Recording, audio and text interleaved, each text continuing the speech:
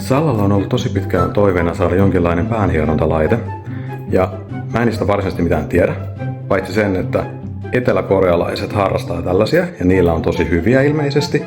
Joten ajattelin, että mä yllätän Sallan ja hommasin sellaisen ihan Etelä-Koreasta asti.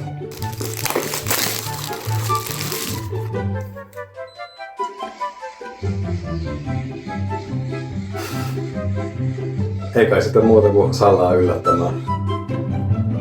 Kulti. Mulla on sulle yksi yllätys. Mä asetan sen tähän. Älä vielä kato mitään. Sanon sitten. Noin. Nyt voit avata silmät. Aina mietin, käy. Mikä tää? Siis tää on tämmönen. Siis päähieroja. Hei, tää on Etelä-Koreasta. What? Ihan oikeesti. Millaiset sielläkään? Oo. Oh.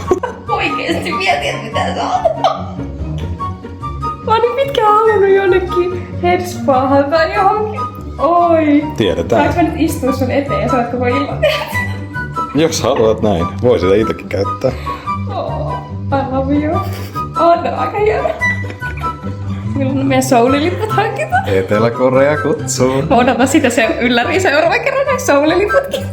Sitä saat kyllä hetki odottaa.